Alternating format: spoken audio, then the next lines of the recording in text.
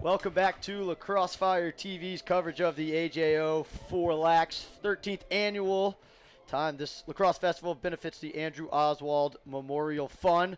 Alongside Mike Rabbit, I'm Ned Case. Thanks for tuning in. Game 2 as the Lassiter Trojans take on the Woodward War Eagles.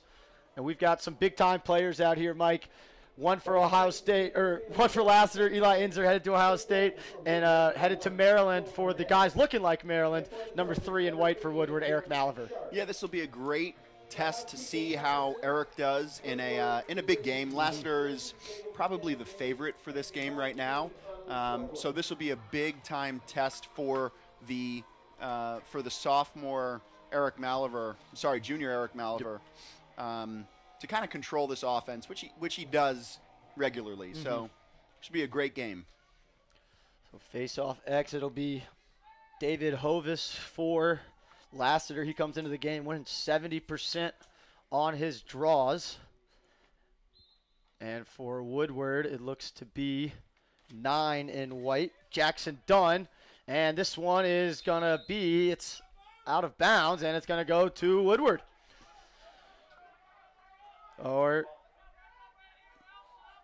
Yep, so it'll be Woodward ball. A little bit of confusion there. War Eagles with the ball. Now they get things straightened out. As coming on the field is James Mayfield carrying the ball here. Stuart James looking for some help. He's got the long pole on him and ball loose, and Lassiter momentarily had it turned over. Nice ground ball picked up there. And slowing things down, that is Inzer, 44 in the gray, again headed to play at Ohio State. And we heard him singing the national anthem before the game. Multi-talented guy and more than just sports. Here comes a shot save there by Cole Monett.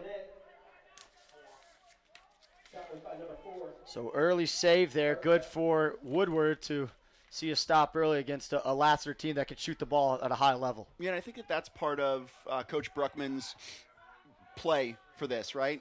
Let's go push down the underdog as quickly as we can. Let's go get a goal as fast as we possibly can, kind of take the air out of their sails before there's any really air blown into them. So Max Tock has drawn the assignment of Maliver. Tock, a little bit more of a natural LSM, but as the top cover guy for this Trojan defense, he's going to take on that challenge. So here is Nicholas Cade with the ball. He's going to get a run, sweeping to his right. He's going to move it on over. Or excuse me, that was Grigsby. Wrong number 8. Shot in front, save there. So save for each goalie here in the early going. 88, George Scharf with the save. That was a great save by Scharf, Ned. Dropping to his knees to make that save. Great high-to-low shot from the shooter. Better tracking by the goalie. So good all the way around.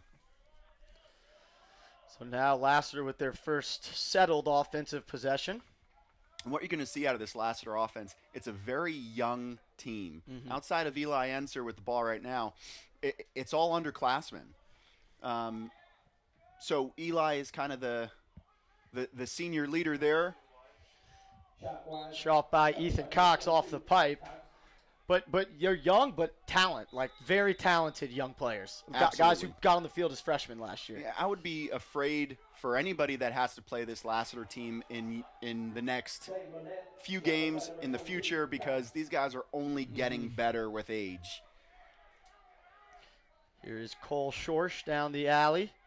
Nothing to it. He'll put it behind with Cox, who took that shot a moment ago that rang off the pipe. He's working against a short stick.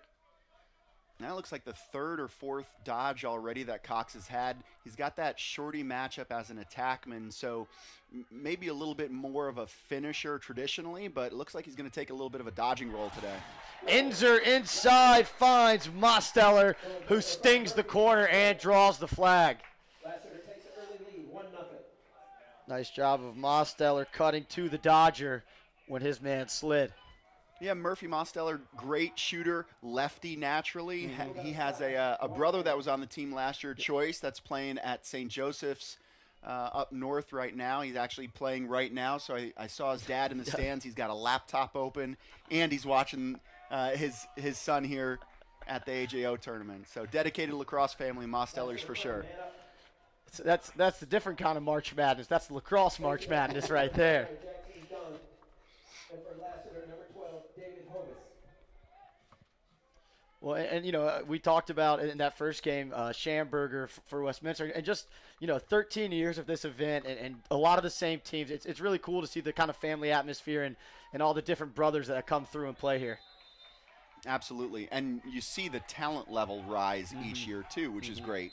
I wasn't here for the first year. I don't know how many D1 players were on the field at any given time, but I mean, right now there's 2 big-time school D1 commits on this field. We're going to see more as the day progresses. So Lassiter back on offense. Inzer steps in. It's a man-up situation, and Mosteller stings one. Inzer to Mosteller again, and it's 2-0. 2 minutes into the game. Having a little deja vu there with the connection, Enzer to Mosteller.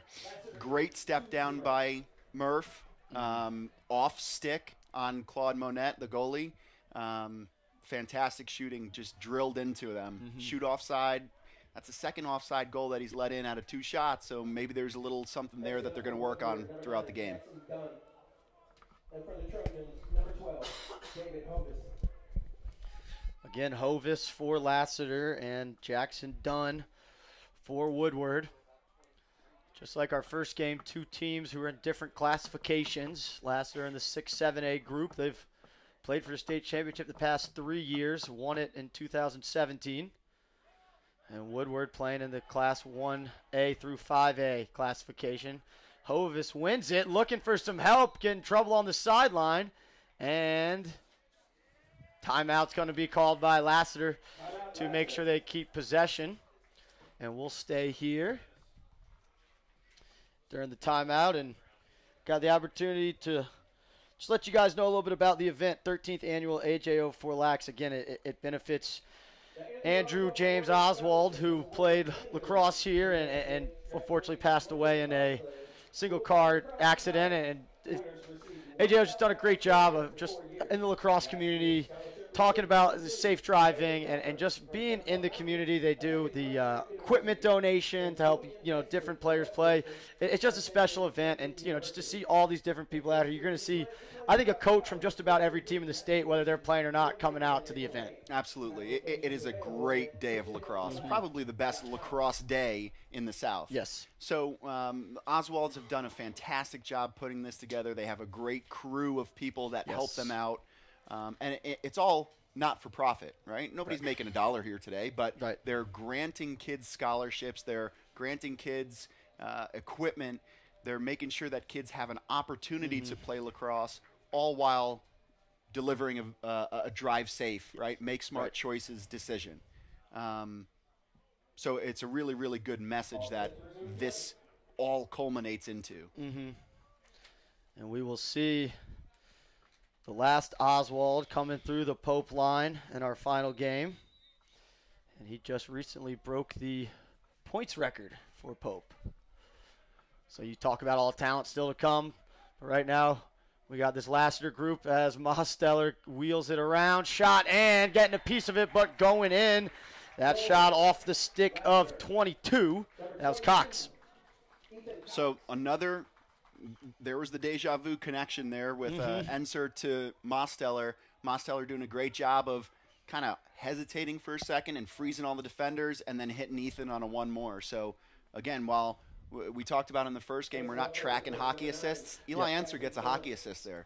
And for Lassiter, number 12, David Hovis. So Lassiter up 3-0, about 4.5 minutes into game number 2. And with winning 70% at the faceoff X, it could be tough sledding to keep these guys off the offensive end, but we'll see what Woodward can come up with. Clean win again. They throw it back and scooped up. That was a pretty textbook faceoff there as Morgan Lilly picked up the tough ground ball. Yeah, this is gonna be tough for Woodward to slow this offense down. That is the Lassiter Trojan machine. They're gonna have to do it once or twice, get a good clear, and here's an opportunity to do it right here. But whatever you do for Woodward, you got to get the ball in number 3 stick at some point. Let him start controlling the pace, as you see an awesome ground ball by Eric right there. Ball's almost magnetic to his stick, and you see Lassiter getting 4 guys around him. They understand the kind of player 3 and white is. Down 3-0 is Woodward, so they need to make sure they get a quality possession here. They got a nice shot earlier, but Schorsch was up to the test and made a nice save down by his feet. So here is Mayfield taking the shot. That shot deflected. Goes behind, backed up by Malaver. Expect to see some kind of an inbounds play here for Woodward. They're gonna have a couple of tricks to get some goals, to get their guys open. Very well covered there by Lassiter, making sure that number 3 wasn't getting that ball in the crease. So here is Mayfield again. We'll see if he initiates. He gets downhill. Nice C-cut inside. Shot just missed. Shot came off the stick of Brian Hart. A couple shots on this possession for Woodward. I keep wanting to say Maryland. They look just like him in those white tops and red shorts. And you got to think that that might be a little bit of an influence by Coach Pons, whose son went to Maryland. Coach Pons, big-time Maryland guy.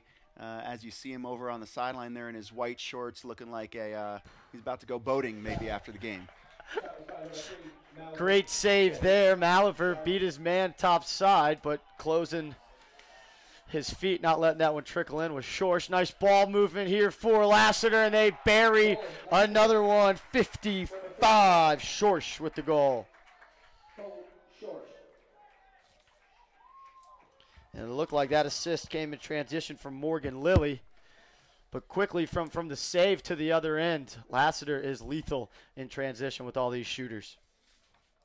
Yeah, it'll be interesting to see how Coach Pons and the Woodward War Eagles adjust to that. You can see an adjustment already. They brought up number 4, Graham Dixon, on the wing, who's an attackman traditionally, right? So maybe trying to spark a little something there with their midfield to keep that ball down on their offensive end. So a quick 4-0 lead here for the Lassiter Trojans, making the short trip down the road. Ground ball situation, not talk, Hovis. Ball's on the turf, goosed out, and Enzer's going to be there to scoop it up. I think it's important, Ned, to emphasize. I think it's important to emphasize that the Oswalds do a great job putting these teams together, but you mentioned it, Woodward's a 1 to 5A school. Mm-hmm.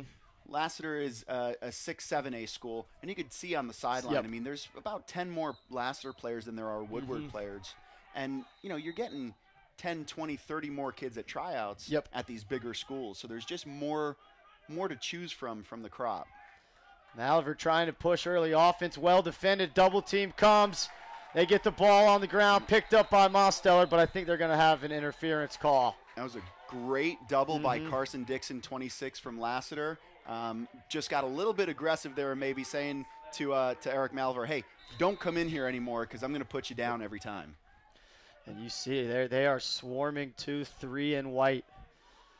So staying down here with the Woodward War Eagle offense. Grigsby's going to attack. Beat got a step on his man. Shot, goal, much needed goal for Woodward down the right alley. William Grigsby. That was a great goal, great overhand, far away corner by Grigsby. Fantastic fundamentals there.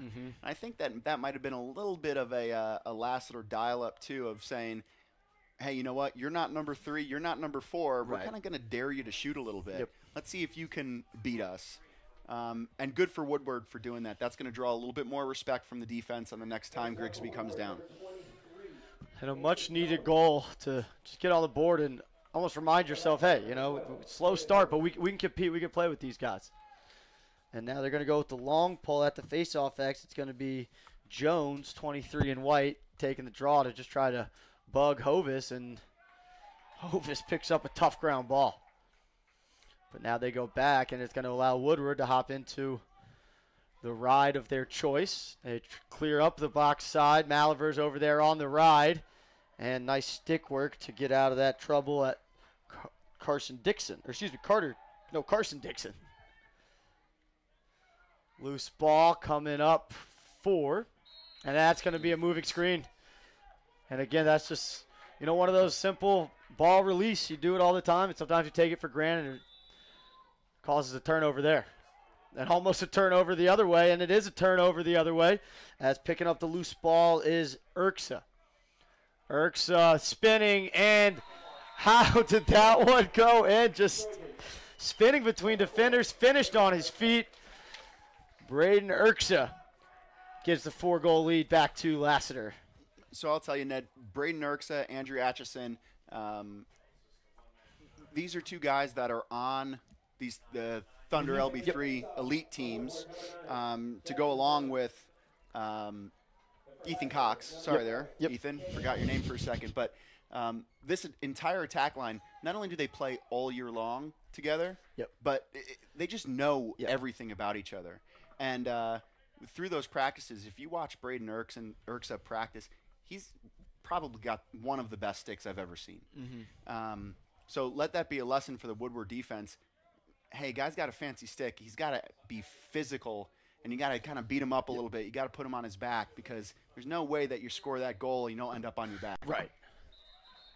And I think if you're Cole Monette, you're like, hey, defense, if they're going to score them, let's make sure they think twice about coming back inside. Absolutely. You see it on the other side, but Lassiter doing it to Inzer, early offense. It was basically 4-on-4. He split, got to 9 yards, and just let it fly high heat. And you could see why Coach Myers and Ohio State are excited about Inzer. Absolutely. That was a downtown shot by Eli. And normally he's a little bit of a distributor, right, because he's breaking guys down and he draws a slide so quickly. He gets a lot of goals in that transition space where the defense is a little bit confused about who's supposed to go, when they're supposed to go. So a great downtown shot by Eli there and just making the defense pay. And like you mentioned, if you do slide, you're going to leave one of those 3 guys who can bury the rock when they're left open. Exactly.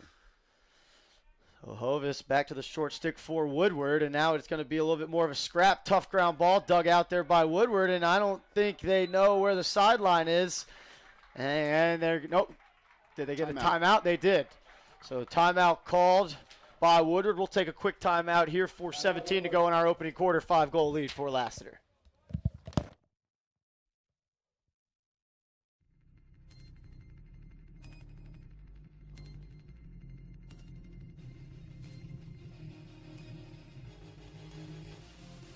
Nice find inside behind the back. That was pretty. Nicky Solomon was his 3rd of the day. Out of the timeout as I've all been. They're working on the attack. Here he comes. Gilliam comes in. Fire shot goal! Back to back goal! Coach Gilliam. Rosie wants to go early. He's got his left hand. Look inside. Mills shot goal.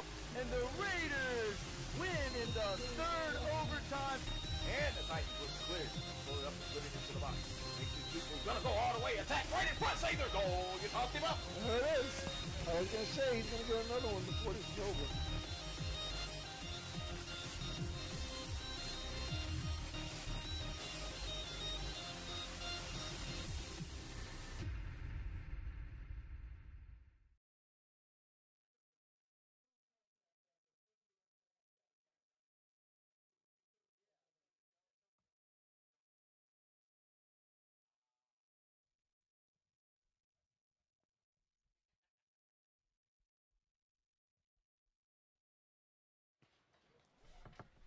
So out of the timeout, Woodward will restart it. They're going to start in the open set here as it's Mayfield, Dunn, and 13, Stratton, Ford as the midfielders. And a little pass down, pick down action, trying to get Dixon free. Dixon roll, steps in, shot wide. Dixon headed to play at Sewanee, the University of the South, next year. Dixon has an absolute cannon with his right hand, so for him to lick off a lefty shot there is kind of uncharacteristic. It was moving pretty good for a righty. Would love to see him change planes because I'm sure he's had that in his ear from a few coaches.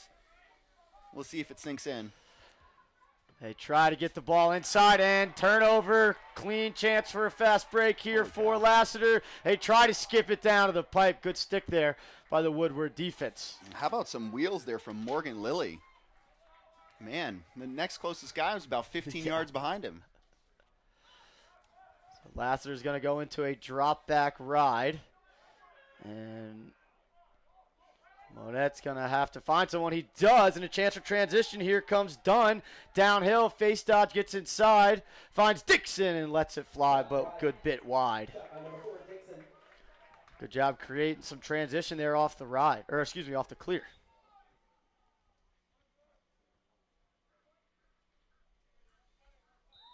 So Mallerville will restart. Up top, shot wide, and back up is going to stay here with Woodward. Mayfield let that one go. 2.5 to go in our opening quarter. See the quick slide coming as soon as Mallerville gets anywhere near goal line extended. Here's Dunn. Swim dodge. Moves it over. Good step down look and a better save there. Getting low was Scharf. And Scharf with the sidearm outlet pass finds the speedster in Lilly. That's the second save that Scharf has made on that side of the field. Woodward shooting with their outside hand on the opposite side of the field. Lower angle, a little bit easier for a goalie to make a save, especially if you're a bigger guy. We saw Warren Seeds in the last game really play angles well and use his body well. I think we're going to get the similar approach here from Scharf for Lassiter. So Lassiter and a little bit of 14. Now the two guys on the crease start to back out.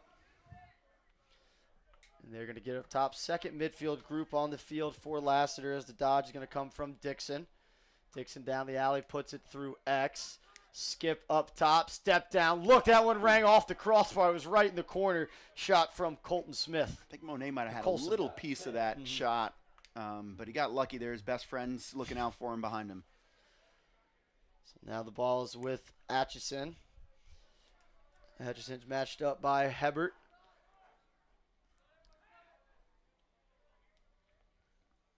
Woodward settling in to a little cleaner defensive possession so far. Carrying behind is Tanner Dixon looking for the outlet, and he finds it. Nice hitch, hands-free shot, goal. Great take on the outside. That was Andrew Atchison. Great fundamental goal by Atchison. Changed planes on his shot. Guess where the shot went? Opposite stick. They've obviously found something here with Monet to kind of drill down on him. So 7-1 now with under a minute to go. And we were talking at the break. Woodward's main face-off guy, Leland Jones, is out with a broken arm, I believe you said. Yep. And so, you know, you talk about Hovis being 70% of the face-off X, and on top of that, you got to go against that with, you know, not your main guy, Jackson Dunn, doing a good job scrapping. But as we see Dunn playing a lot on offense, they need him to be a true midfielder for him. But he makes it a scrap there. Woodward comes up with the ground ball. Nathan Jackson with the tough GB. And a great check there right on Mallerville's hands as he was about to catch the pass, and it'll be a turnover. So go ahead, playing without now as the ball got stuck in the stick. So it'll go back to Woodward. So this has been an adventurous 6 seconds or so.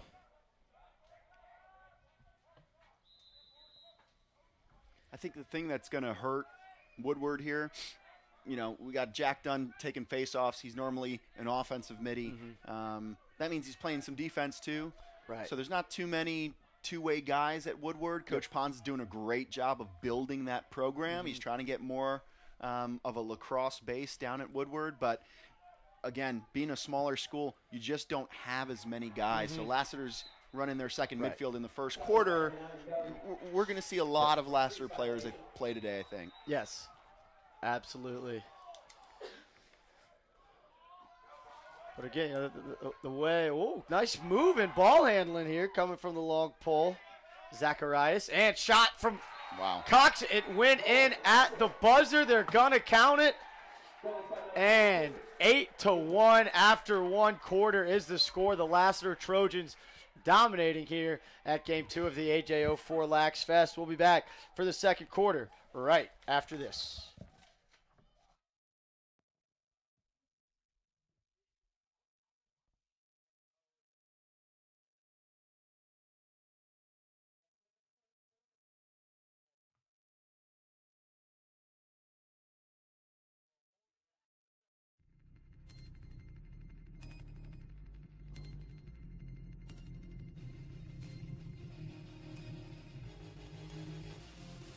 Nice find inside behind the back.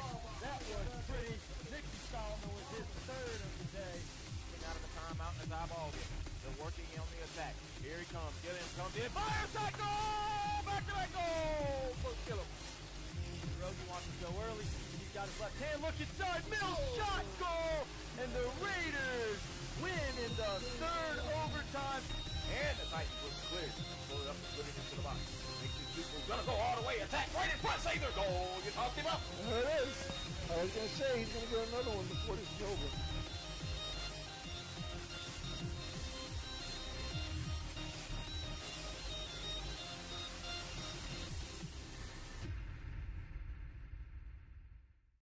Heels or flats? Heels. Around here, we're decision-making pros. But when she got injured last season, I almost made the wrong decision. I thought I could take her where I rehabbed my knee. For Lacrosse Festival to benefit the Andrew Oswald Memorial Fund here at Pope High School in Marietta, Georgia. I'm Ned Case alongside Mike Rabbit. 8-1 the score for Lassiter after the first 12 minutes. And as impressive as the 8 goals were, 6 different goal scorers. I mean, it shows the balance. And along with that, 4 of those 8 goals were assisted. Yeah. I think I have one word for it, Ned. Scary. Yes. You got 6 threats on the field for Lassiter. They can come at you from any angle with any guy at any time, and they're sharing the ball. Yep. I mean, it doesn't get much more dialed in than how they're playing right now. And it certainly doesn't help when you got a guy who's 70% at the faceoff X, helping get the ball back to that offense. And Hovis wins another one. Now Lassiter has to clear. Good job in the ride here by Woodward. And I think we're going to get a loose ball hold, though. Oh, loose ball hold on Lassiter, so it'll go to Woodward. And see if they try to take advantage of the quick whistle, but they'll settle things down and get their group on the field. The Woodward guys, having smaller numbers, having a smaller team, coming from a smaller school, they're really going to have to push hard in these transition moments, right? So rides and clears, got to get the attack involved. Especially if you're Eric Maliver.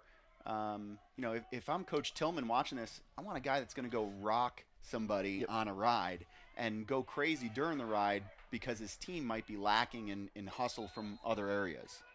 I think that is going to, they're going to get Enzer for the push in the back, put in the shoulder, and a little bit unnecessary. I think that ball is going to go out of bounds, so chance for Woodward to save possession. And, the way high school lacrosse is set up down here is, your region games are what really matter. So, even for Woodward to take this test and, no matter how it's going to end, it's only going to prepare them for, playoff time come May. Right. And again, for the Oswalds setting these games up, people call Bruce Oswald after this day is over to set up for the next year. So they do a really good job of setting up 6, 7A schools versus the 5A, 1A, knowing that nobody really wants to come here for a region game that might hurt their record. Right.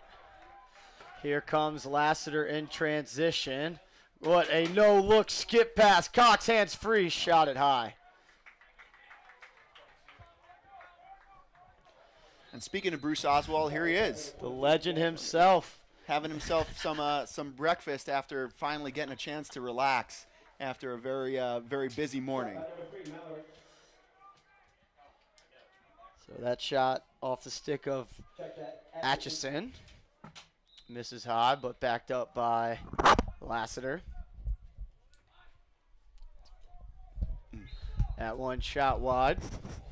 So Atchison had a really great goal here in the first quarter. Really great hitch, fundamentals sound, low to high shot. That's kind of his ticket, is a low to high shot. Right there, we kind of saw him fading away from the cage a little bit, and that's why that ball shot out of his stick a little bit earlier than he intended it. So here is Mosteller stepping in. He's got another one. He's got the lefty cannon hat trick in the first half for Mosteller. And we are joined by Bruce Oswald, who's put on the headsets to jump up here with us. And Bruce, right before you got up here, we were just talking about the way you guys match up, the 1A through 5A with the bigger schools. You know, because out of region, these games are all just a chance to get better. And we're going to see a great one with the defending state champs from 7A with Lambert taking on the defending state champs from 5A with Blessed Trinity next. Yeah, so what we've tried to do over the years is a couple things. We started out trying to do public versus private, and that was kind of our thing the first couple years, and it didn't always work out that way because we wanted to have the best games. Right. So we got away from that, but this is a public-private matchup here. And then we always also try to get the two state champs against each other, so that's the BT Lambert matchup. And that one will be coming up next with the 2 o'clock face-off start. So, again, this will be Lassiter winning the face-off as it went out of bounds off the War Eagles, and they're back on the attack looking to get into double digits here. It will be the second midfield group of Smith, Bruckman, and 25 playing a little bit on the offensive side. Morgan Lilly, we saw his speed showcased in that first quarter. And here is Lilly setting up a dodge from the wing. Now he's going to move it along. And it looks like a little bit of a zone here out of Woodward, and Lassiter's testing how they want to attack it. I think that's a great decision by Coach Pons and Woodward squad. You know, you got Lassiter's second midfield out here. Not really tested yet.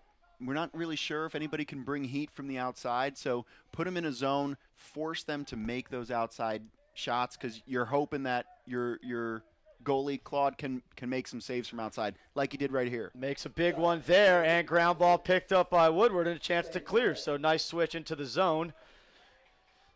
And I'm sorry, I called him Claude. I think I'm referring to a hockey player. Cole Monet. Or a not painter. Claude. He might be a painter. Legging it over is Phillips. He's looking for some help, and he will find it. Flag is down, so a free possession here for Woodward. Looks like an offsides here. You got Braden Urksa running around trying to play a little bit of defense. So we'll see how Lassiter doubles or just plays with the free slide. Although it looks like Urksa is going to stay doubling the ball. Don't want to pick up a second penalty with those wrap checks. And this is the guy that has to have the ball for Woodward. Let's see how Eric, because he can take a double team, especially if it's an attackman guard. Great look. Great look. Couldn't be handled. Ball still loose. Good play to kick it out of bounds. Smart.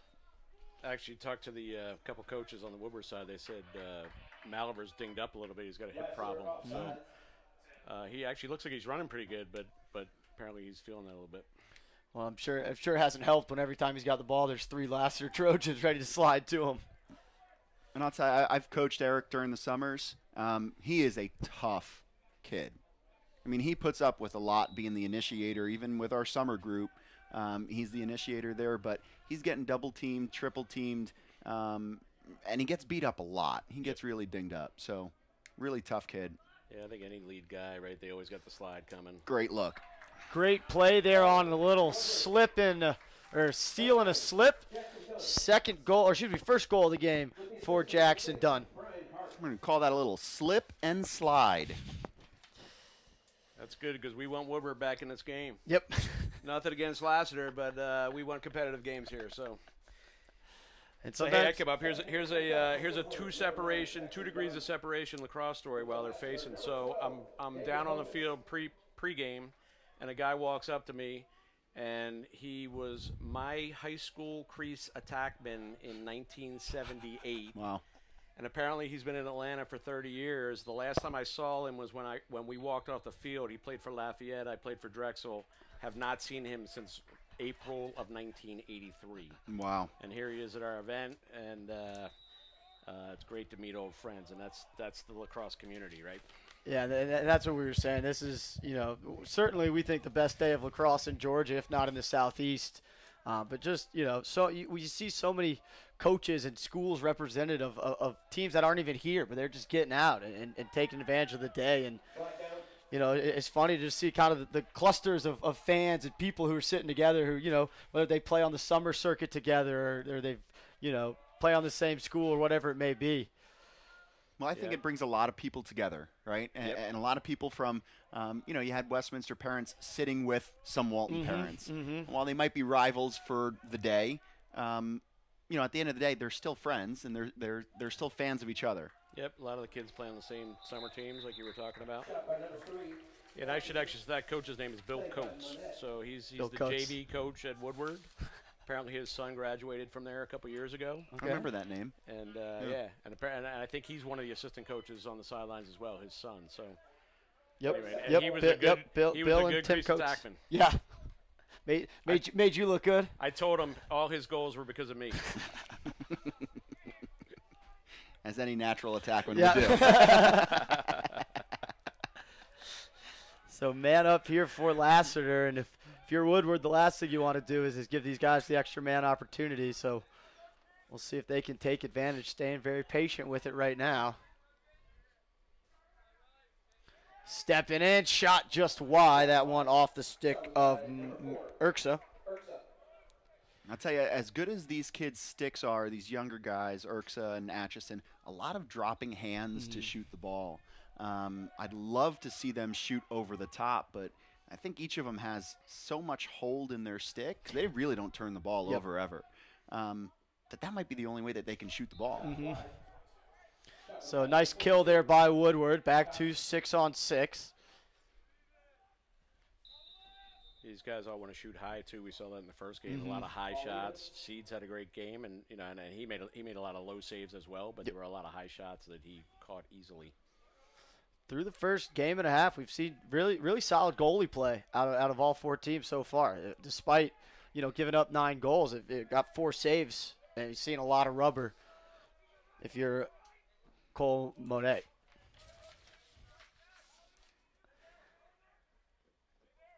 And again, the zone look here for Woodward is slowing down this Lassiter offense and making them have to think about inside roll. It's going to be a dive, I think. It is. They went in the crease. Another save there. So the zone defense continuing to cause a little bit of confusion for this Lassiter offense. We saw a little bit of a zone in the first game. Westminster kind of hopped in. Walton hopped in a little bit.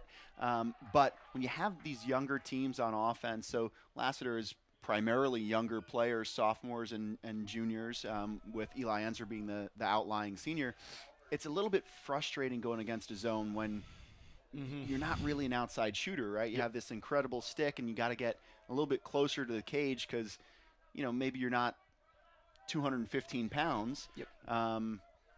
But there's going to be a little bit of frustration with that. So it'll be interesting to see how Woodward carries on that zone throughout the course of the game. How often do you really practice against a zone, right? I mean, I'm sure they do some because you see it more and more. I know we're going to see it in the Pope game late today. Yeah, practice, you probably maybe spend 30 minutes a week against the zone other than your man-up, man-down situations. They get the ball behind, and a nice patient possession here for Woodward, giving their defense a break as they get it up top with Mayfield. He hadn't put one on the board yet, but he's been a threat. He's going to go against Enzer. Nothing doing on that rollback. And they're really pressing out, trying not even to let Maliver get his hands on the ball. You see chasing him around out there is Hank Manning. So, Oz, you're getting an attackman kind of shut off on the wing here. What are you doing to get him open? What should he be doing to get open? So he should become a pick guy, right? Go set picks and play 2-man and try to get the switch. He's got to go get the ball off the end line if there's a shot, right? So there's a bunch of stuff you can do. But to me, setting picks is the first thing. And on cue, Maliver picked that ball up off the end line, beat his guy top side, but fortunately off the crossbar and backed up by Lassiter.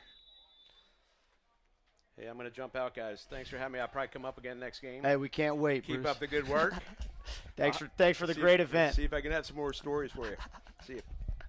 Every other crease attackman can Bruce find out there.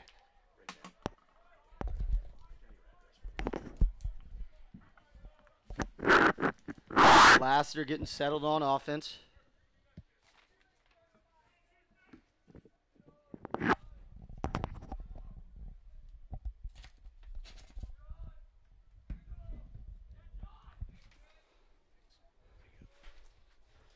So they'll subbing through the midfield. Mosteller subs. And coming on the field is Tanner Dixon. So Lassiter slowing things down, kind of feeling out how to attack the zone. They're still going to dodge against the zone. Stepping in high, bouncer goes with the left hand. Looked like it was Josh Turner, maybe. I think so. Number 33, yep, it was Turner. 33. Tough to read these gray numbers, but really impressive bouncer. You know, you talk about the overhand shooting, how a lot of these guys are dropping their hands, but even less, you see a true hard bouncer where the bounce is outside the crease and it sneaks up under the crossbar. Yep. A great testament to working hard, right? Josh has been a very big advocate of the warehouse that Thunder LB3 has. He's been in there a lot. And he's really trusting the process that they've created as a program to kind of carry that up into a new level of play for him. So, great shot, great overhand mechanics. Good to see Josh out here. And that ball is going to go out of bounds, so it'll go to Lassiter. And he now becomes the 7th different goal scorer for this Lassiter team's 10 goals. Mosteller has 3, Cox has 2, and 5 others with a single goal. But you saw, it turns back on the field. Now, you saw in that last possession, Lassiter wasn't afraid to dodge the zone to try to create their offense. Yeah, absolutely. And when you have an outside shooter, maybe an underclassman that might not be as lax IQ savvy, right? He sees an opportunity. He's not afraid to shoot the ball. And sometimes there are benefits to shooting the ball. So again, the zone, and see if they attack from the wing again. They're going to kind of overload that right side, it looks like. As they send the cutter through, they got the back pipe, and they missed him. Looks like that might have been Turner who was sneaking to the pipe, looking for his 2nd goal in a row. And that one's going to go out of bounds. So if nothing else, the zone just making them move the ball on the outside, take advantage of a mishap, and chance for Woodward to put in their 3rd. Yeah, let's call it 2-1 zone right now, right? I mean, zone's working so far. And nice pass getting the clear. It's James coming down in transition and between the legs. That was fun, but it didn't go in. Great save there. That shot from Brian Hart. Shot was by number 6, Hart. I'll tell you, with the Lassiter attack, if Scharf isn't seeing that type of shot every day, I'd be surprised. So I think he may have seen that once or twice. He knows how to stop that ball. He looked pretty comfortable stopping it. It surprised me. He was very much in control, and timeout's going to be called by Lassiter with about 30 seconds left on the clock to try to execute their end of quarter play. Timeout, Lassiter. So we'll take a quick break here on Lacrosse Fire TV and be back in just a moment. Heels or flats? Heels. Around here, we're decision-making pros. But when she got injured last season, I almost made the wrong decision. I thought I could take her where I rehabbed my knee, but her coach told me, take her to Children's. No thanks. All that experience helped my daughter heal faster and come back stronger. Now we just need to decide where I'll play in college. Road trip.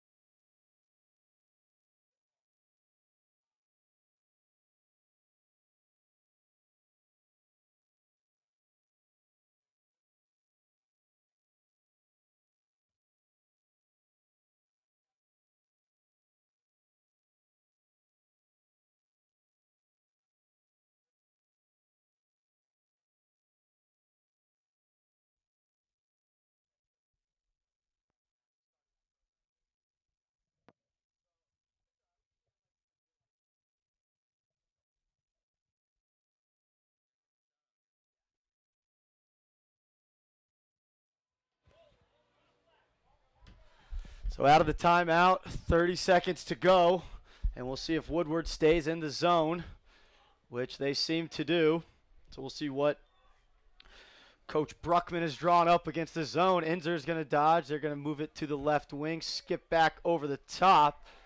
Got 25 on the clock. Sorry, that was 38, not 30 during the timeout. Step in, left hand, nice save there. And now a chance for Woodward to get the final shot if they can clear it and push with 12 seconds on the clock. That clearing path's a little bit too far out and ahead. Inzer picks up the ground ball, 6'5". He'll throw it the length of the field. And that should, loose ball, funny bounce off the turf. And finally the clock hits 0. So after 2 quarters, 10-2, Lassiter leads the Woodward War Eagles here on the Crossfire TV. We'll be back for second half action in about 8 minutes.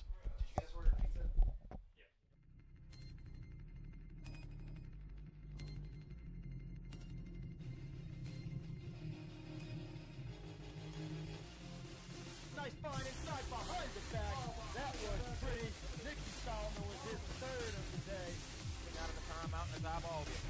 They're working on the attack. Here he comes. Gilliam comes in. Fire side goal! Back-to-back goal! First Gilliam. Rosie wants to go early. He's got his left hand. Look inside. Mills shot goal! And the Raiders win in the 3rd overtime. And the Titans was cleared. Pull it up and put it into the box. Makes these people gonna go all the way. Attack right in front. Save their goal. You talked him up. There it is. I was going to say he's going to get another one before this is over.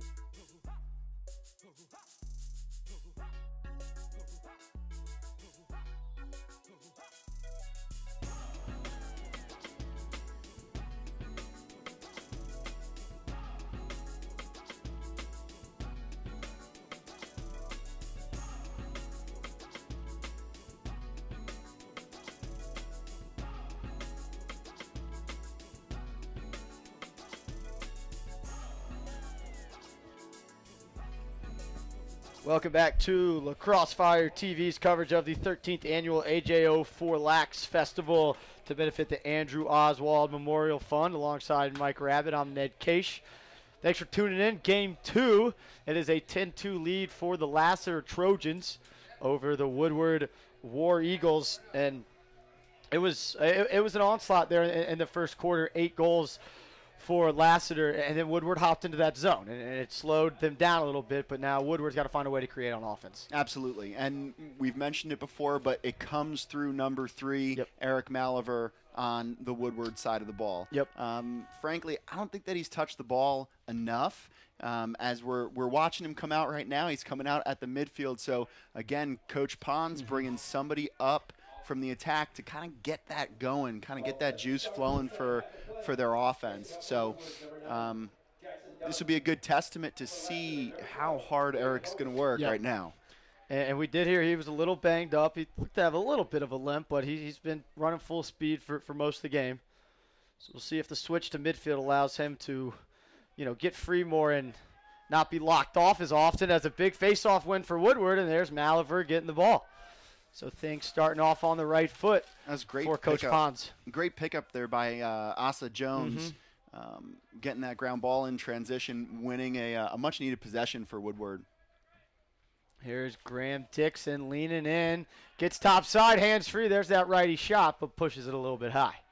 Shot wide. Shot by number 4, Dixon. We mentioned Dixon headed to play at Sewanee, the University of the South. Yeah, in my opinion, that's a steal. That's a great grab by Sewanee. Coaches did a really good job of recruiting Graham to come up and play for them, because I think he's got, an absolute blistering shot. If you're down there with him, it's it makes a noise when it's going by you. It's moving so fast.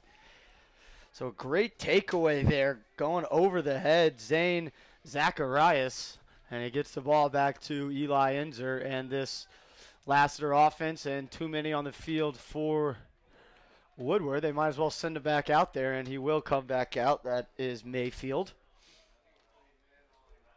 So that is that's a little bit of that product of bringing Maliver up on the wing, because Mayfield's a midfielder. So when Mayfield dropped back down to attack, I think James might have forgotten that he had to go play midfield or come off.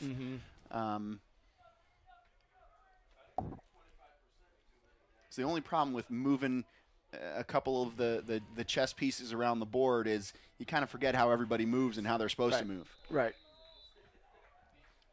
So there's the turnover, but it'll come right back to Lassiter with the offsides going against Mayfield. And Mayfield has 3 older sisters, all play college sports. I think that they're all soccer players. He's got an older sister at Auburn playing soccer, and we know a guy over at Auburn, J.J. Arminio, who's got the Auburn club team, bringing them along, pulling a few of these guys on the field. Hopefully, go play for him for an SEC school. Let's get some lacrosse down here in the SEC. It would be great. Yeah, no doubt about it. In fact, Auburn plays in the SELC, and you can watch the SELC championship games, semifinals and championship games on Lacrosse Fire TV. And we get a goal there as I'm trying to give a free plug. Nice skip pass down to that looked like Atchison on the pipe. Yep, Atchison from Enser again. Eli being Mr. Distributor today, which is just a great characteristic to be as a senior, right? Give the ball to the young guys, let them build some confidence. They're going to reward you later on in the season when it's really time to put the team on your back. No doubt about it. So now 9-goal lead, 11-2, and just to finish my thought, the SELC playoffs are going to be on Lacrosse Fire TV the final weekend of April. Saturday the semifinal games, and Sunday the championship games of Division I and Division II. So be sure to tune in. Nice free stream that Lacrosse Fire TV provides for everyone who wants to watch a little lacrosse. And good ground ball, and here we're going to see some speed. We've seen it in the first half. Morgan Lilly, between him and Wethington from Westminster, we've seen some guys look like punt returns with a lacrosse stick. Just raw athletes out on the field. There's always a space for an athlete on a lacrosse team. And I think that's what a lot of these coaches are recruiting for, you know, thinking that, hey, you can come. I can't teach you how to be an athlete. I can teach you how to be a lacrosse player. I can teach you the stick skills and everything that comes with it, but I can't teach you how to run a 4.40, right? I really wish coaches could teach that. I could have used it. Oh, I could too. Could use those 30 reps at 225 too, right? So Woodward back on offense after the missed shot was backed up by the War Eagles. Look inside, and the pass couldn't be corralled. And Woodward just forcing the issue a little bit too much, and I understand it down 9, but gotta stay within the offense a little bit here in the third quarter. And especially if you're going to give up transition, as Atchison's fancy stick work that Mike talked about. And now he'll settle things down. And so a very similar pass worked out well for Lassiter and didn't work out for Woodward. Andrew was able to corral that off-stick pass. He's got such a good stick. As we see an overhand shot, uncharacteristic for Andrew, but hey, he did it. And a great overhand shot. Lassiter gets the ball with some backup here. And Woodward subbing a guy on late, see if they take advantage. Here's Bruckman stepping in. Another save there for Cole Monette. Great shot for Bruckman, coach's kid, right? Going to have a lot of IQ. Yep. Had a good angle. He was inside the hash on this what would traditionally be maybe a lefty wing, but he shot that right-handed and a good save by Cole. Here goes Bruckman again down the alley, throws it back. Good job covering up the skip lanes by the Woodward defense. Now it's Tanner Dixon in the invert situation, takes Mayfield behind. Look inside of the cutter, that one handled shot, but wide. Shot was by number 7, Smith. Colson Smith took the shot. He had a big game in this event last season. There's the pick at X, trying to get Atchison free, but well defended by Woodward. And while working topside, Atchison gets underneath with the face dodge and another save. Shot by number 3, Atchison. Race to the end line is going to go to Woodward. Great hustle.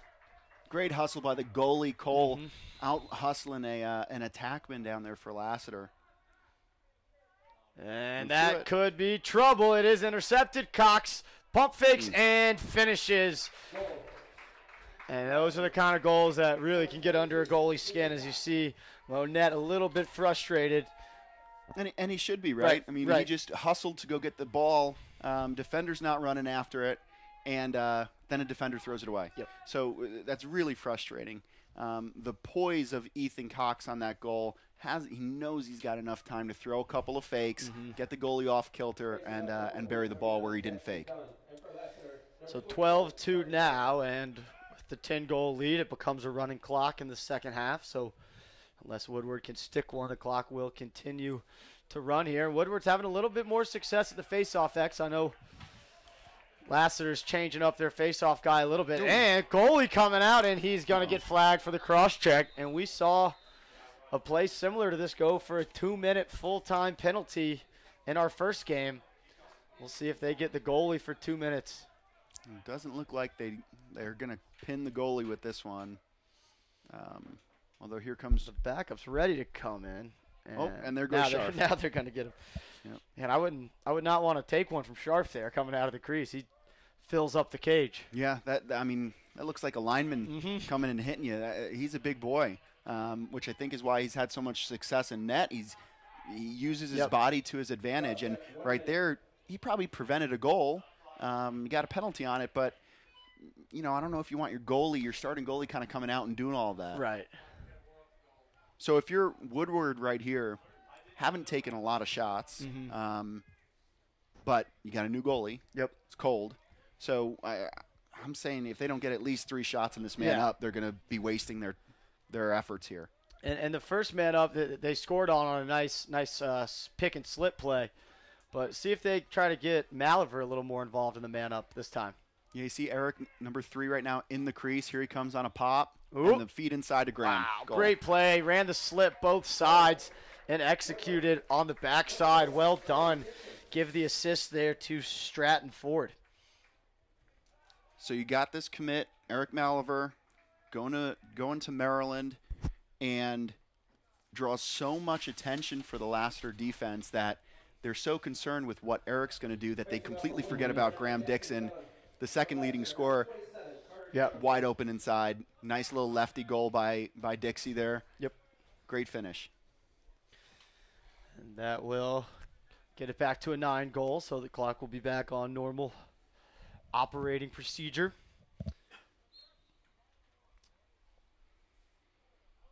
And that was not a full-time penalty, so the penalty was released, and Schorsch is back in the goal for Lassiter. And here is Dixon. So another face-off win for Woodward, and a turnover there, a little bit careless. We'll chalk that one up to the sun. First time any of the guys down here have seen sun in a little while. That's fair. Not used to looking up to it to catch that ball. There's a lot of sweatshirts and pullovers getting taken off here in the last hour or so, as it's turned into a beautiful day. And an event like this, you're supposed to have a beautiful day. So excited for this, and 3 more games still to come, including the defending state champs from 7A and the defending state champs from 5A taking each other on. After this one is BT and Lambert square off. I kind of see a similar game happening next here, Ned, with the bigger school's going to be the favorite. Mm-hmm. The smaller private school, a little bit of an underdog. What you'll see in that next game is BT's got a really, really good face-off guy with Alex Poma, is committed to UMBC. Their defenders are younger, good defenders, and their attack is really good too. So they might pose a little bit of a threat here to Lambert, who lost a lot of guys in that last class last year. But Lambert, you mentioned that depth. They continue to be able to roll out 2 and 3 midfields game in and game out. Nice ball movement, slipping on the hitch. Now rolling to his left, and a nice save there as Monette has kind of come into his own even more so in this second quarter. 9 saves now by my count. Ball on the turf, picked up there by Turner, and he'll find the outlet in Atchison. Atchison's a little bit of trouble there. Calmly rolls away behind the back pass, is going to go over the midfield line, but no touch in, so it was not an over and back.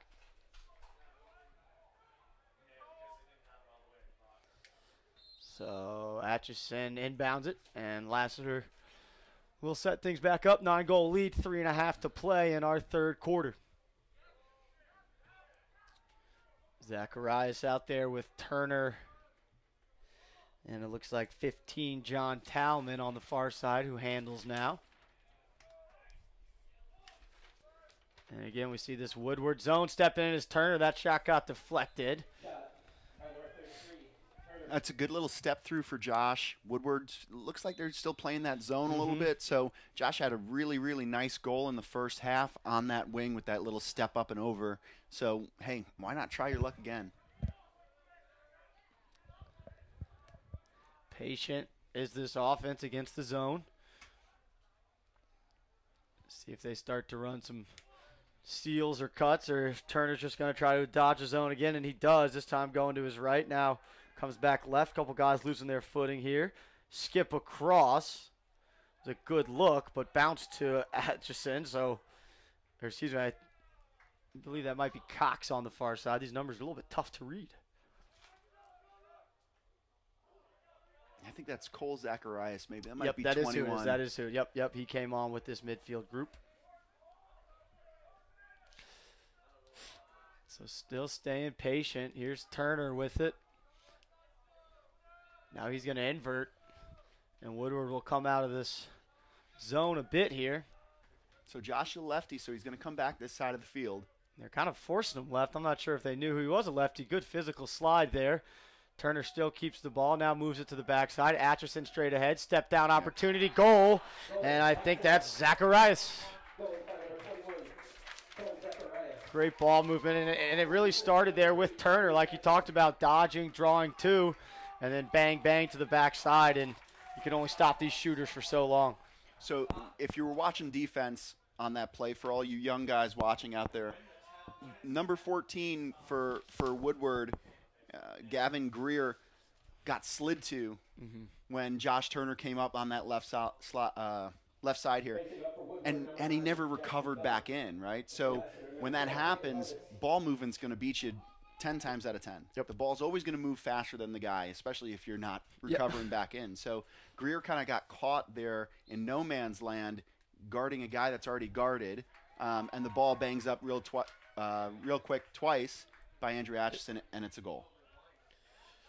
And another face-off win for Hovis as he flicked it behind him, and the ground ball was picked up by Jack Ferguson.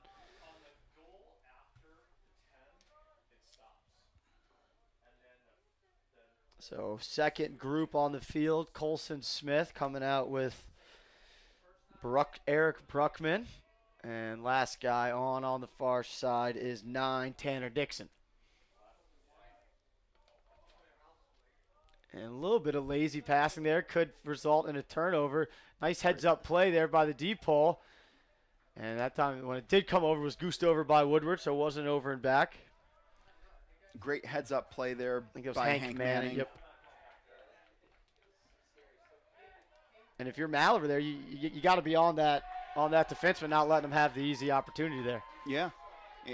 I mean, you have limited touches in this game if you're Eric Malaver. Yep. You got to be yelling to your other attackman, right? Hey, I'm going to lift his stick. You got to get behind me and pick up this ground ball so we can push it.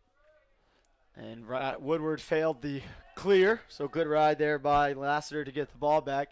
And with 44 seconds left, they'll have the opportunity for the last shot if they want. Here comes Bruckman, dodging to his right, draws a slide ball on the turf. And here goes the other way are the War Eagles. Ball with Nathan Jackson.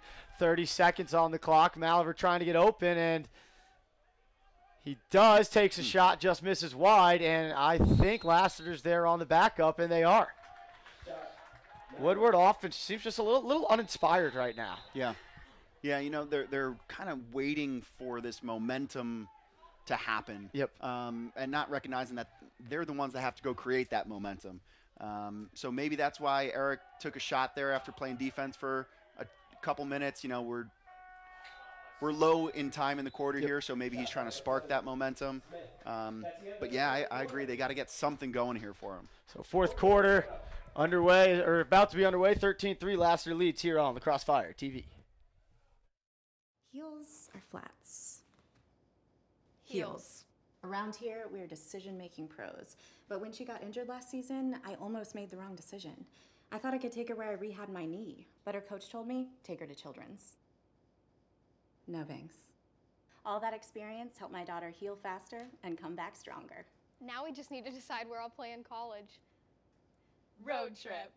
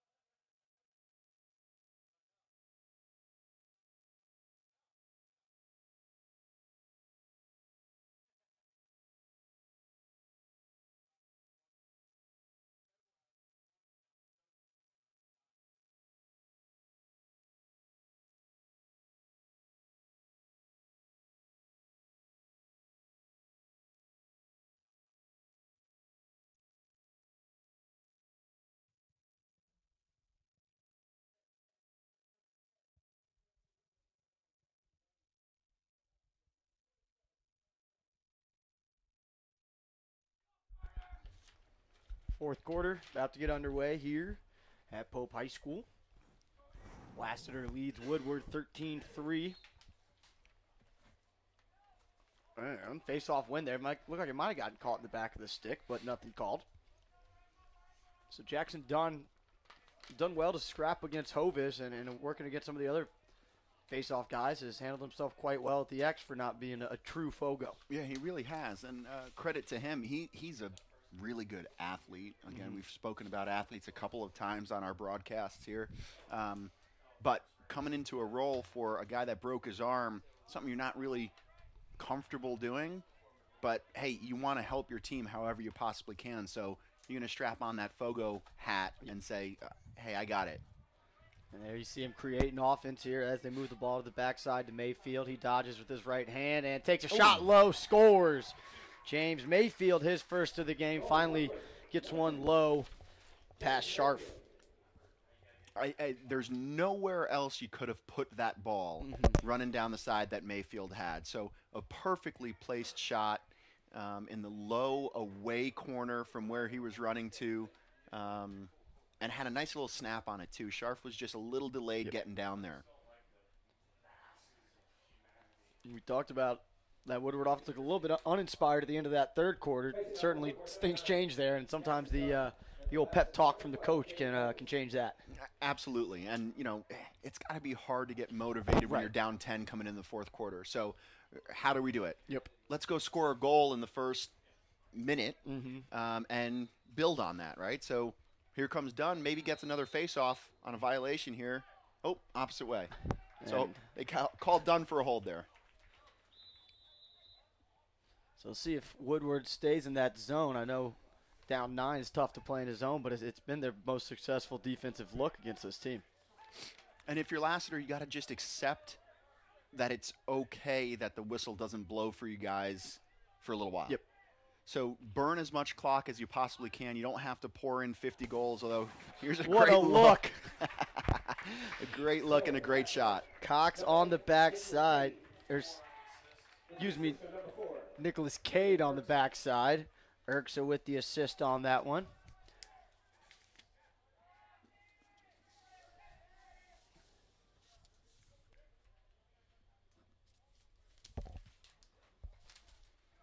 So I was going to say, you're up 10 goals, fourth quarter. You can kind of sit on the ball a little bit, stall, burn it out.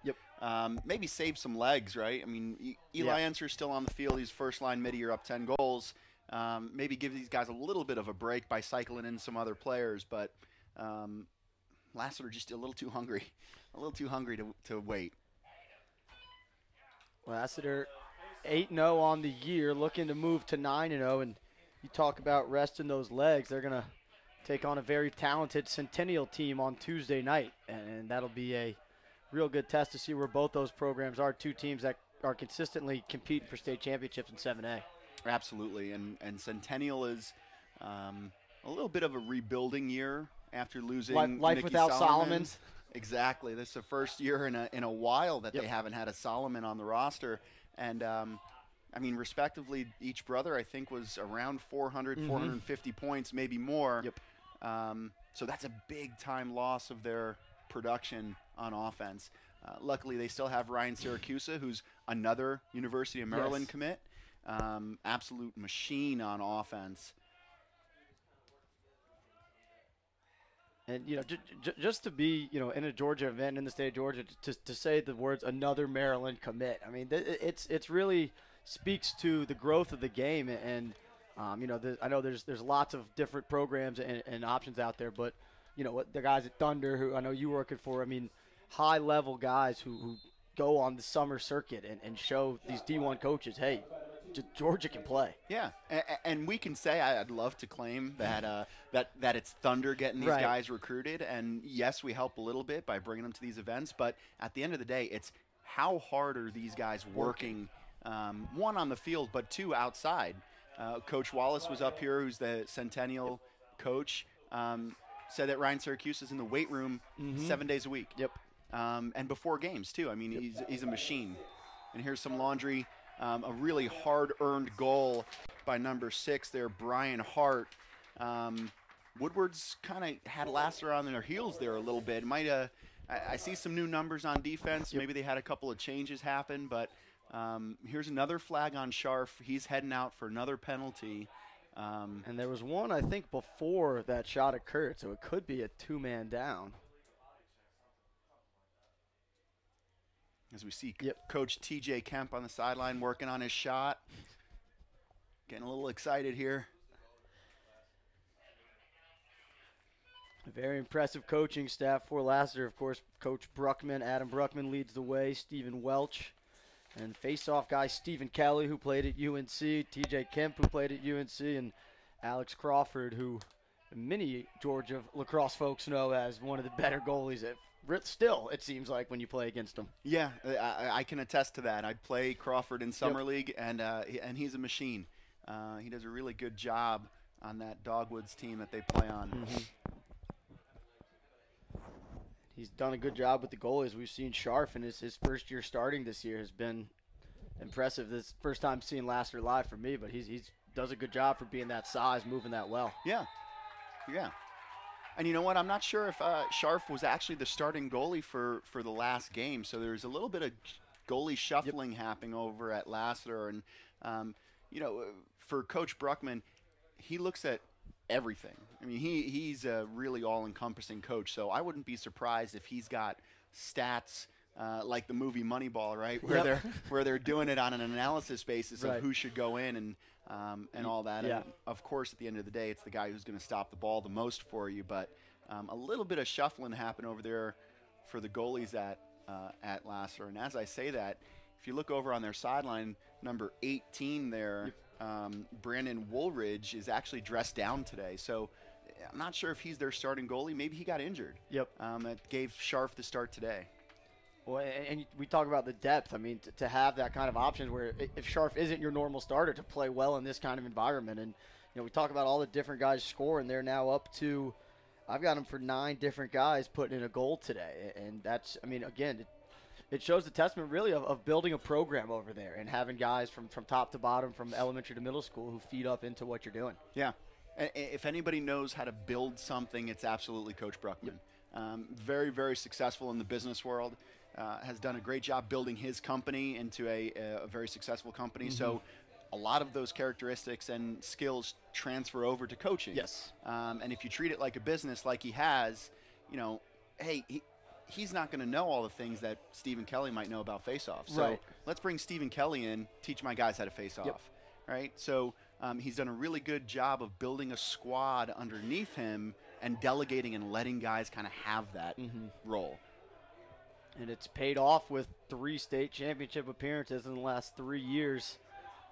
It's been them versus Lambert for the past 3 years in 7A. Lambert winning 2 of those, Lassiter winning 1 back in 2017. So Lassiter will have to clear a man down. And that pass is going to be rolling towards the end line. See if it can get chased down. It will not. So Woodward does a nice job on the ride and will earn the ball back with about 8:15 to go. And they will successfully clear as Amanet finds Dunn. And Coach Pons and Woodward will use a timeout. We'll take a timeout with them here on the Crossfire TV's coverage of the AJO4LAX. Heels or flats? Heels. Around here, we're decision-making pros. But when she got injured last season, I almost made the wrong decision. I thought I could take her where I rehabbed my knee, but her coach told me, take her to Children's. No thanks. All that experience helped my daughter heal faster and come back stronger. Now we just need to decide where I'll play in college. Road trip.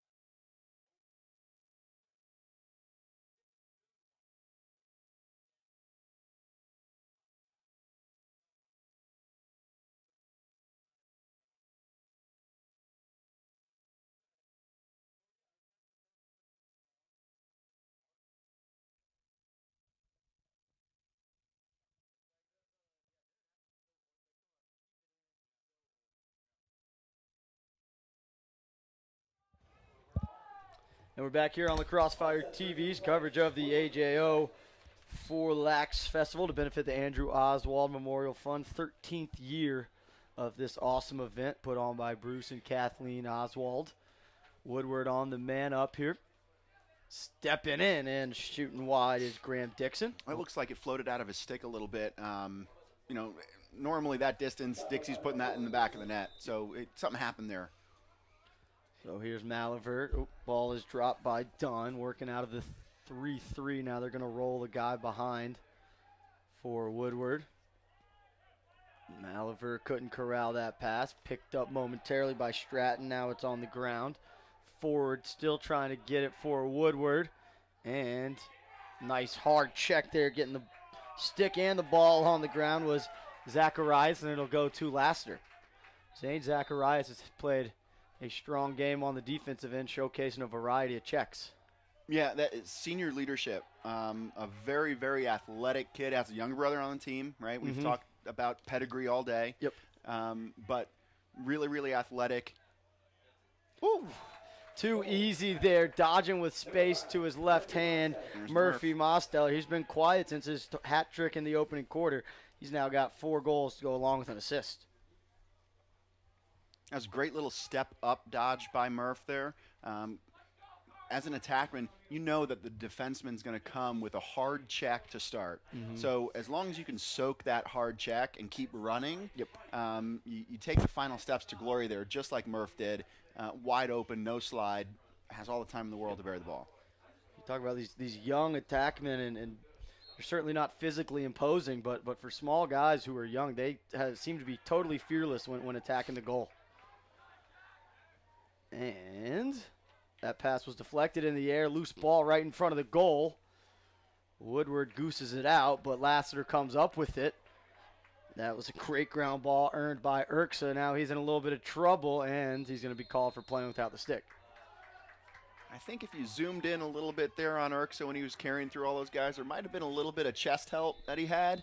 But, yeah, he definitely put the team on for that ground ball. That was a big hit there. A big flag comes down, and that's a little bit of a tough one. It felt pretty incidental there, but it was a little bit high and a little bit of a running start, so we'll see what the officials call.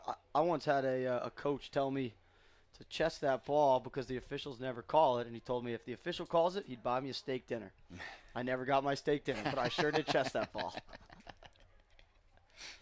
So what I teach guys when they're learning the game, especially when they're younger, for ground balls, to get down, scoop up the ground ball, get your both hands down, and fundamentals like that. But when you pick the ball up, put it against your face.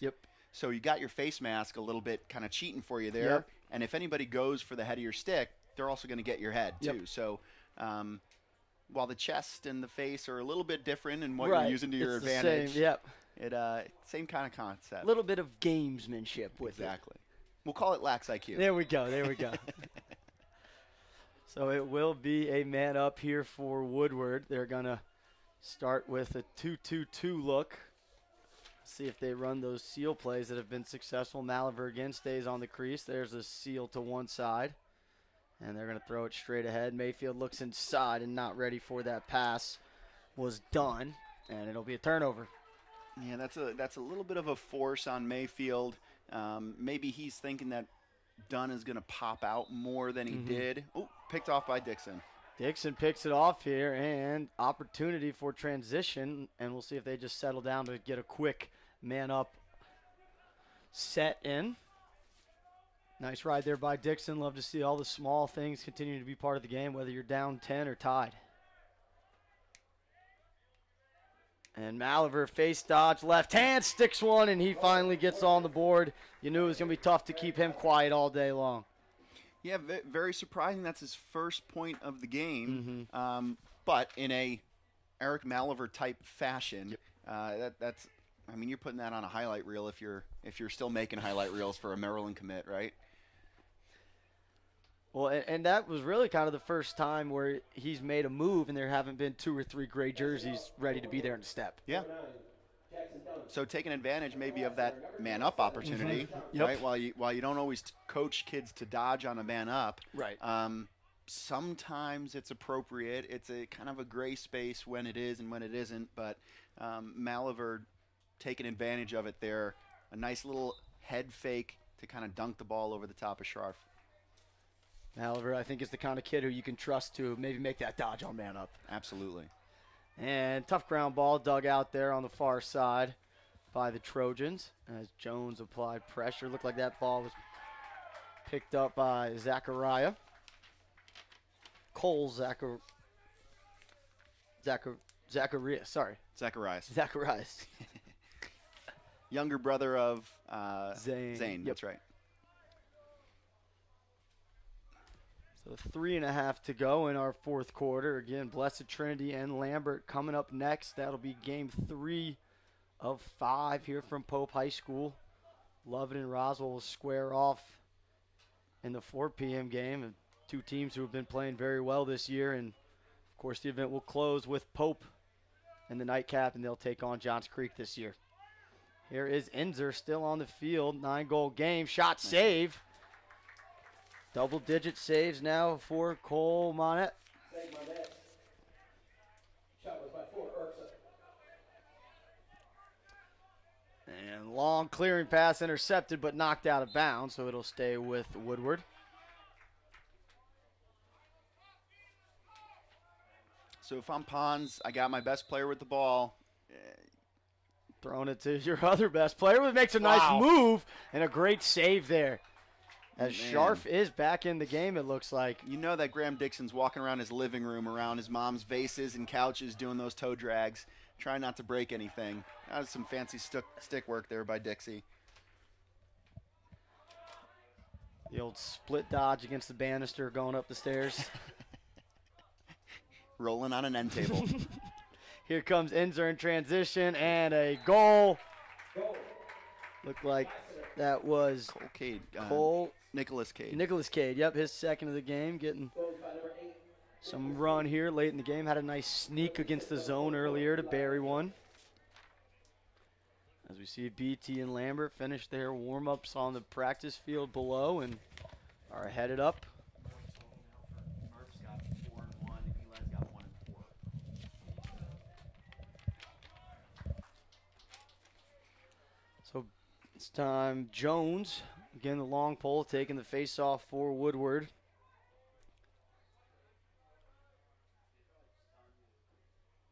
It looks like Carter Johnson, 27, taking the draw here for Lassiter. And nice face-off win there. Getting away from the pole was Carter Johnson. Now Johnson's going to head towards the cage, take a shot, but saved. Loose ball in front momentarily with Woodward. And now corralled. Nice job picking the ball out of the air by Grayson Phillips.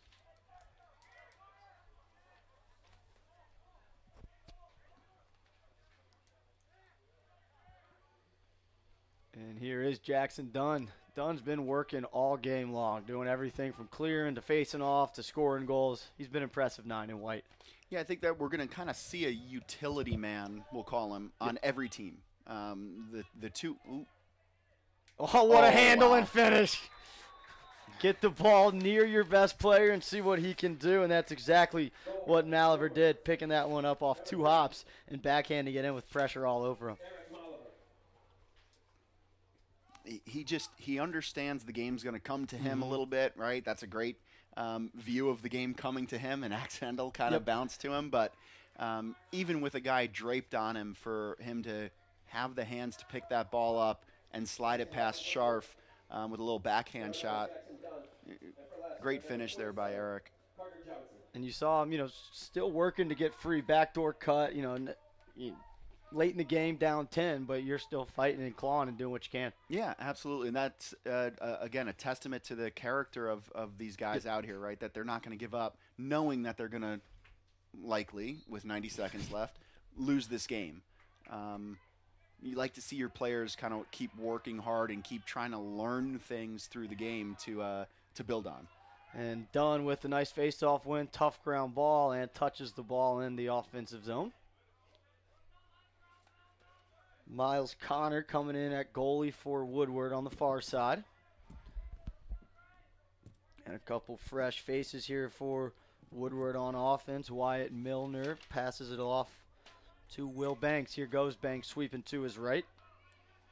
And pass comes across. Shot was deflected. Race to the inline. Will stay here with Woodward.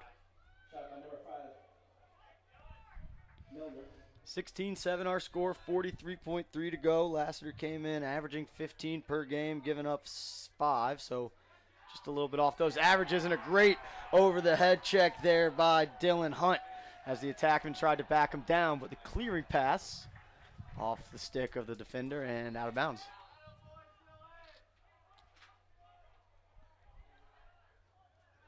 And we've got a timeout called by Woodward, so Coach Pond's going to keep coaching this one till that clock is at zeros. So again, Lambert, Blessed Trinity coming up. Lambert, most people in the state know about the dominance they've had, won 2 of the last 3 state championships. But as you said, Alex Pome at the faceoff X. I mean, if you got a chance, winning at the faceoff X is going to keep you alive. Yeah, absolutely. It just gets you more possessions. And if you have more possessions, I mean, 9 times out of 10, you're going to win the game. Yep. Now, similar to this game, a little bit similar to the Westminster game, we called a lot of the same names for Woodward, a lot of the same names for Westminster. Right. I think we're going to do that again in the BT game, because if you look over there at the Lambert team, they have by far the most amount of players. And I think just on our stat sheet, they have something around 45 players for a high school team. I mean, those are some college team numbers. Yeah. So a benefit of being one of those 7A schools, 4,000 kids going to Lambert. Yep. I don't think that I had 4,000 kids at my college. Right. Nope. So we definitely didn't have the numbers that that allow them to be as much of a powerhouse. You know, you have 400 kids coming out to try to try out for the varsity team. You kind of get your pickings. So out of the timeout, ball will start in the deep corner. Looks like Graham Dixon will handle. He'll be matched up against Dylan Hunt. And right away, attacking off the inline. Hunt with another nice check to get the ball on the turf, but Dixon corrals a loose change. 20 seconds to go. And Dixon, I think, tripped over himself a little bit there. Whistle. And we're going to have a hold, and we're going to stay here. And Malaver will pick the ball up, and he may take one last run towards the goal. So even though Dylan Hunt got called for the hold there, that was 3 takeaway checks in a matter of about 30 seconds for the kid who hasn't really been in the game that much. Great no-look pass. Pass couldn't be handled. Great, but yeah, to your point, you know, we talked about this Lassiter offense all game, but that defense was impressive. To hold Malaver to 2 goals, one of them late, kind of cheap, but for being the first time I've seen Lassiter live, this looks to be a pretty complete team, and a team that very likely could get back their 4th straight state championship game. Very much so, and I think that we're going to see likely their opponent in this next game with Lambert. So a little taste of what could be the future here for 6-7A championship. I don't doubt for a second that we're possibly going to see the 1-5A champion here today. I mean, again, the caliber of what the Oswalds do putting these games together. So I think what's going to happen here for the MVP of that last game, I think they're going to give it to Murphy Mosteller, who ended the day with 4-1. And, you know, he got those 3 goals in the first quarter, kind of put the team momentum through the roof.